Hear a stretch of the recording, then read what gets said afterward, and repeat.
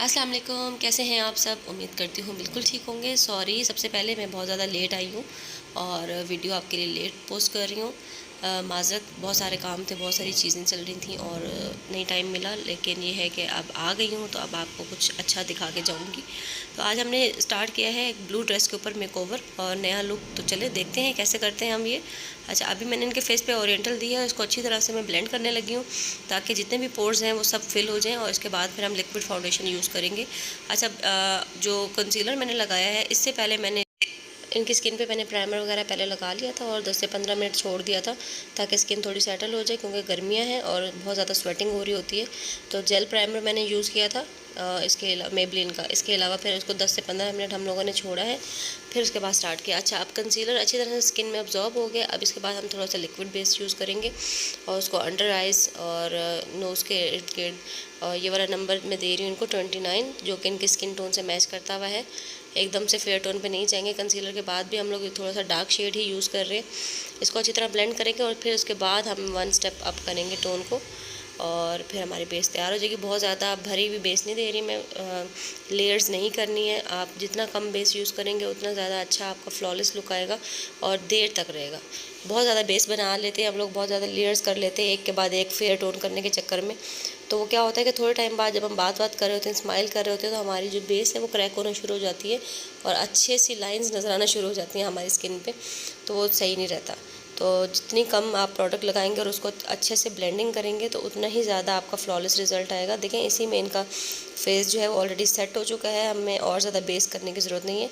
But मैं इनका eyes के नीचे और टी जोन एरिया में थोड़ा सा ब्राइटर टोन करने के लिए मैं दूँगी हल्का सा इससे फेयर टोन 1 नंबर।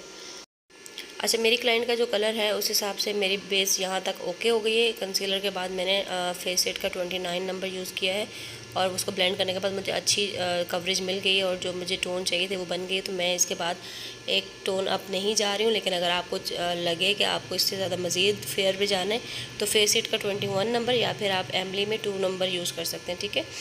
तो उसके बाद फेस पाउडर देंगे हम लोग डायरेक्ट, और फेस पाउडर भी मैं बोटेनिक्स का या फिर एमली का, इन दोनों में से कोई से भी यूज़ करूँगी। 2 नंबर यूज़ करूँगी। जो 1 नंबर है वो थोड़ा येलो टोन पे चला जाता है, जो 3 है वो थोड़ा सा डल पे चला जाता है, ठीक है।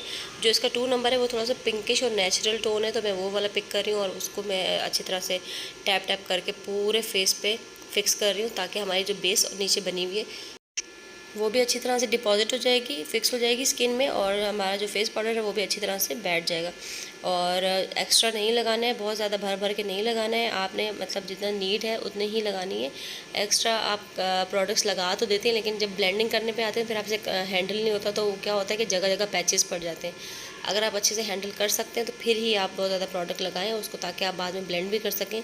ये ना हो कि आपका बहुत ज़्यादा केकी लुक आना शुरू हो जाए। तो कम से कम लगा के फिर उसको ब्लेंड अच्छा करें। अच्छा, इसके बाद जो लूज़ पाउडर होता है वो आप जितना दिल करे आप लगा सकते हैं, भर भर के लगाएं लूज़ पाउडर, उसका कोई मना नहीं है। क्योंकि लूज़ पाउडर क्या करता है कि आपके जितने भी बेस होते हैं उसको फिक्स करके, और बाकी जो एक्स्ट्रा होता है ना वो ब्रश की मदद से उड़ जाता है, क्योंकि हम लोग कंटिन्यूसली उसको ब्लेंड कर रहे होते हैं ब्रश के साथ। तो जाहिर सी बात है वो जितना हम स्किन को नीड होती है वो उसके ऊपर फिक्स हो जाता है, जो एक्स्ट्रा होता है वो ब्रश से हट जाता है। तो ये आपके अपने ऊपर है कि आप इसको किस तरह से लेके चलते हैं। बट जो मेन सही तरीका है वो मैंने आपको अभी बता दिया। अभी आप देखिएगा कि ये ब्लेंड करते करते इनके फेस पे इतनी शाइन आ जाएगी। अभी मैंने फेस शाइनर यूज़ नहीं किया, जस्ट मैं लूज़ पाउडर यूज़ कर रही हूँ, ठीक है। इसके बाद मैं कंटूरिंग कर रही हूँ। अच्छा, कंटूरिंग के लिए आपको मैंने बता दिया है कि जो हमारी चीक बोन होती है उसके बिल्कुल नीचे आपने शेडिंग करनी है। उससे क्या होता है कि आपकी चीक बोन भी एक तरह से उठ जाती है और उसके अलावा आपका जो टेक्सचर है, जो आपके फेस के फीचर्स है वो उठ जाते हैं। ये कलर एक्सप्रेस का मैं यूज़ कर रही हूँ किट नंबर। तो ये दोनों कलर्स को मिला के मैं इसकी कंटूरिंग कर रही हूँ और फिर जॉ लाइन को अच्छी तरह सेट करेंगे ताकि ये प्रॉपर एक हमारा जो फीचर्स हैं वो इन्हेंस हो जाएँ, ठीक है। थोड़ा थोड़ा शेड लगाते जाएं और ब्लेंड करते जाएं, और जिस तरह से हमारे पूरे फेस के जो फीचर्स हैं उसी के अकॉर्डिंग आपने काम करना है, बहुत ज़्यादा भर भर के नहीं लगाना है। अच्छा, इसके बाद नोज़ कंटूरिंग आ जाती है। नोज़ भी इनका आगे से बहुत थिक है, तो मैं इसको थोड़ा सा शेप अप करूँगी ताकि जो है ना उसका पॉइंटेड हमारा लुक आए नोज़ का। इसके लिए हमारे पास कट ब्रश होता है, एंगल ब्रश जिसको कहते हैं, उससे आपने करना है। फिर इसके बाद हमने ब्लश ऑन लगाया, जैसे कि हमेशा मैं करती हूँ, आपको पता है ये मैं तरीका यूज़ करती हूँ कि मैं पूरा पहले बेस बना लेती हूँ, फिर कंटूरिंग करती हूँ, फिर ब्लश ऑन करती हूँ, देन मैं आई मेकअप करती हूँ, एंड लास्ट में फिर मैं लिपस्टिक और हाइलाइटर यूज़ करती हूँ। हर किसी का अपना अपना तरीका होता है, बट मैं इस तरह से करती हूँ। आप लोगों को जिस तरह बेहतर लगे आप वो कर सकते हो। आप पहले आई मेकअप करके बाद में बेस सेट कर सकते हो, जो आपको ठीक लगे वैसे आप कर सकते हो। ठीक है, अब हम हाइलाइटर यूज़ करेंगे, और ये बेक्ड हाइलाइटर है, मैंने आपको पहले भी बताया था, इसका नाम मून स्पार्कल है बेक्ड हाइलाइटर। ठीक है, प्रो ग्लो का। और ये हाइलाइटर देने के बाद हमारी बेस और हमारा कंटूरिंग और ब्लश का काम ख़त्म हो जाता है यहाँ पे। अब हम आएंगे आइज़ पे। तो आइज़ के लिए मैं सोच रही थी कि आज मैं कुछ डिफरेंट करूँ। बहुत ज़्यादा आप लोगों को मैं सिल्वर गोल्डन भरा भरा सा लुक दिखा रही होती हूँ, लेकिन आज मैं थोड़ा सा ऐसा इजी स्टेप्स में आपको समझाऊंगी कि अगर आप घर पे भी इसको ट्राई करेंगे अपने ऊपर तो इजीली आप बना सकेंगे अपनी आइज़। 1 टोन हम लोगों ने कलर लिया है, लाइट ब्राउन और पीच को मिक्स करके मैंने इनका पूरी आइज़ पे ये शेड दे रही हूँ। सॉकेट लाइन में नहीं दे रही हूँ, पूरी आइज़ पे दे रही हूँ। ठीक है, सिर्फ हमने नीचे लाइनर की जगह छोड़ दी है, बाकी पूरा हम लोगों ने अच्छी तरह से इसको शेड दे देना है, सिंगल शेड। और फिर डार्क ब्राउन लेके आउटर कॉर्नर की तरफ से इनर कॉर्नर की तरफ हमने ऊपर की तरफ ब्लेंड करना है। बहुत ज़्यादा हैवी ब्लेंडिंग नहीं करनी, बहुत ज़्यादा हैवी शेडिंग नहीं करनी है। मीडियम ब्रश के साथ हम लोगों ने इसके कॉर्नर्स बनाने हैं, और ये जो छोटा ब्रश मैं दिखा रही हूँ ये आइज़ के नीचे के लिए है। तो आपने डार्क ब्राउन शेड लेना है, जिससे हम हाँ बल्कि दिखा देती हूँ, ये वाली कंटूरिंग किट है, और इसका जो ये वाला डार्क शेड है ये वाला, इसी से हम लोग आईब्रोज भी सेट करते हैं, और यही मैं आइज़ के नीचे और आउटर कॉर्नर पे भी यूज़ करती हूँ। अगर आप लोग केक लाइनर यूज़ कर सकते हैं, करना चाहते हैं, या आप लोग करते हैं आपको आदत है तो आप उससे भी कर सकते हो। मुझे इससे आसान लगता है तो मैं ये यूज़ कर रही हूँ। इसी तरह दोनों आइज़ के नीचे और आउटर कॉर्नर पे अच्छी तरह से हम ब्लेंडिंग करेंगे। इनके आइज़ के नीचे काफ़ी सारी लाइंस हैं, रिंकल्स हैं, जो कि मैंने बाद में इनको थोड़ा सा और फिक्सिंग करके सेट कर दिया था।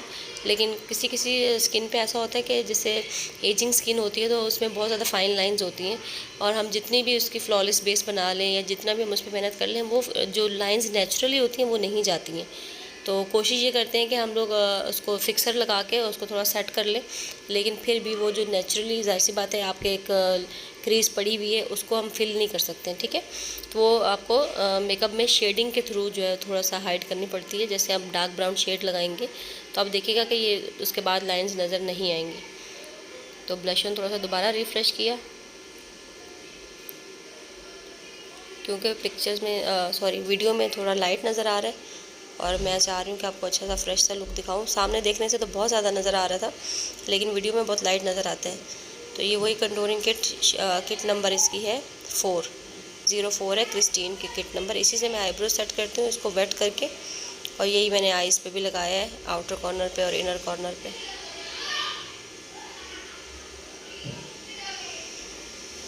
जो इनके नेचुरल आईब्रोज़ की शेप है उसी हिसाब से मैं उसको सेट कर रही हूँ। मैं एक्स्ट्रा अपनी तरफ से कोई शेप नहीं दे रही, ना मैं इसको चौड़ा कर रही हूँ ना पतला कर रही हूँ। जितने बाल हैं उतने ही मैं इसको शेप अप कर रही हूँ बस।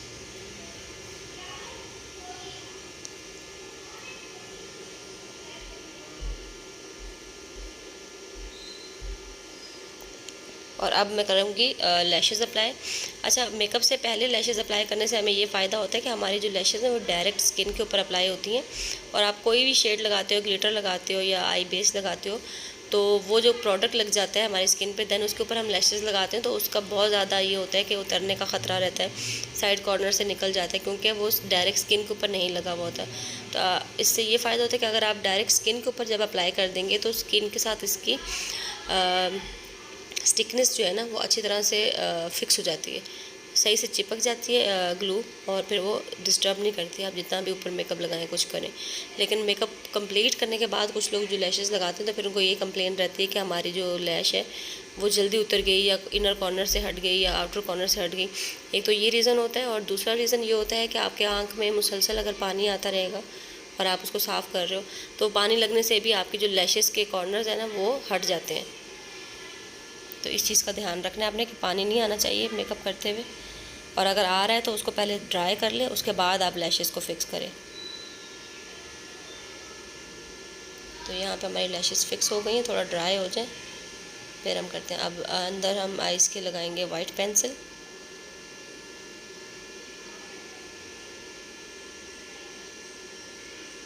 अच्छा, वाइट पेंसिल ये काशिश की ही मैं यूज़ कर रही हूँ और ये मैंने कब से ली हुई है, अभी तक ख़त्म नहीं हुई है। आपको याद होगा मेरा व्लॉग लास्ट जब मैं गई थी काशिश सैलून और वहाँ से मैंने ये ली थी। अभी तक मेरी चल रही है, तकरीबन इसको होने वाली है कुछ 4 मंथ। तो इसके बाद हम करेंगे ये क्रिस्टीन की आई बेस जो ग्लिटर फिक्स करने के लिए लगाते हैं। इतनी सी हमें लेनी है, इसको अच्छी तरह से स्प्रेड करना है और आइज़ पे लगा देनी बिल्कुल सेंटर में। अच्छा, आपने देखा होगा कि मैंने कोई इसमें सेटिंग नहीं की है इसके के कट क्रीज बना रहे हैं हम लोग, या फिर हम लोग इसका प्रॉपर जो है वो आई बॉल को शेप अप करके कंसीलर लगा के वो करें, ऐसा कुछ भी नहीं कर रहे। सिंपल हम लोगों ने हल्की सी आई बेस इनर कॉर्नर से लेके और अपनी आईलेट को कंप्लीट कवर करके उसके ऊपर हम लोग रफली पूरा ग्लिटर लगा रहे हैं। तो ये हमारा सॉफ्ट लुक में चला जाता है। जब हम बहुत ज़्यादा मार्क करके और बहुत ज़्यादा हम कट क्रीज करके उसके साथ कंसीलर के साथ कर रहे होते हैं काम, तो वो अरेबिक जो आइज़ होती हैं उसमें चला जाता है, ठीक है। वो बड़ी आइज़ पे बहुत अच्छा लुक आता है। बट अभी हमारा बहुत ही नेचुरल और अच्छा सा पार्टी मेकअप हो रहा है, तो हम इसमें मैं आपको जितना इजी स्टेप्स होंगे वही समझाऊंगी। तो ये हमारे साथ जो स्टूडेंट्स खड़ी हुई हैं, इनको ये कलर बहुत पसंद आ रहा है और उन्होंने कहा कि आप मुझे इसका नंबर लिख के दें। ये काशिश का ही है, इसका नाम नहीं लिखा हुआ, लेकिन आई थिंक इसका नंबर है 01 और ये 3D ग्लिटर्स हैं। तो इसमें 2 से 3 शेड नज़र आते हैं। ग्रीन भी आ रहा है, पिंक भी आ रहा है, ब्लू भी आ रहा है, सिल्वर भी आ रहा है। इसमें सारे शेड नज़र आ रहे हैं। मल्टी कलर का यही फ़ायदा होता है कि आप जिस भी कलर के साथ इसको लगाते हैं तो उस ड्रेस का कलर भी पिक कर लेता है और वैसे भी देखने में बहुत खूबसूरत लगता है। तो आई होप आप लोगों को बहुत अच्छे से समझ में आ रहा होगा जो मैं समझा रही हूँ, और अगर कुछ समझ में नहीं आता तो आप लोग मुझसे पूछ सकते हैं। बहुत ही आसान और बेसिक्स टेक्निक, जो बेसिक टेक्निक होती है उससे मैं समझाने की कोशिश कर रही हूँ और बहुत ही आसान उर्दू में समझाने की कोशिश कर रही हूँ। आई होप आप सबको अच्छे से समझ में आ रहा होगा स्टेप बाय स्टेप, क्योंकि ये वो वाला मेकअप है और ये वो वाले स्टेप्स हैं जो हम लोग घर में भी आसानी से कर सकते हैं।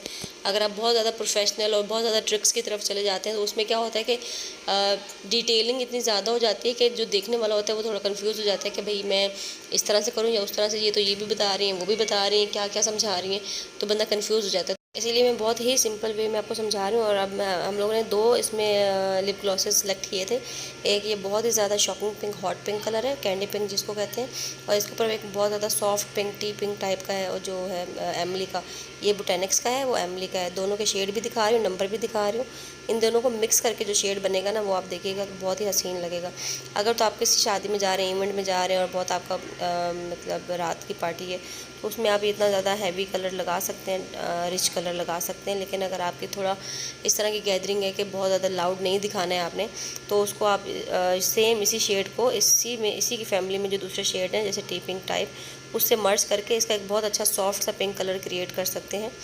तो अभी मैं आपके सामने करूँगी, अब देखिएगा बहुत अच्छा लगेगा। ये भी इनको पसंद आ रहा था और कह रहे थे कि ये एज इट इज़ रहने दो, बट नहीं, मैंने थोड़ा सा सॉफ्ट कर दिया था। ये एमली का है 03 नंबर, इसके साथ मैं इसको मर्ज करूँगी तो आप देखिएगा कितना अच्छा शेड बन जाएगा। लिपस्टिक कलर वैसे भी आपके अपनी चॉइस के भी हो सकते हैं, आपको जो शेड पसंद हो आप वो भी कर सकते हैं। आइडिया मैं दे रही हूँ, आपको समझ में आए, अच्छा लगे तो आप यूज़ करें, नहीं अच्छा लगे तो आपको जो समझ में आए या जो भी आपको पसंद हो कलर आप वो भी इस्तेमाल कर सकते हैं। इसमें कोई ऐसा इशू नहीं है। और अभी हमारा मेकअप कंप्लीट होने वाला है। आई होप आप लोगों को पसंद आएगा और आप लोगों ने फीडबैक देना है। और जो भी न्यू देखने वाले हैं वो प्लीज़ मेरे चैनल को सब्सक्राइब कर दें, इससे मुझे हौसला अफजाई मिलेगी तो मैं और अच्छा काम करने की कोशिश करूँगी।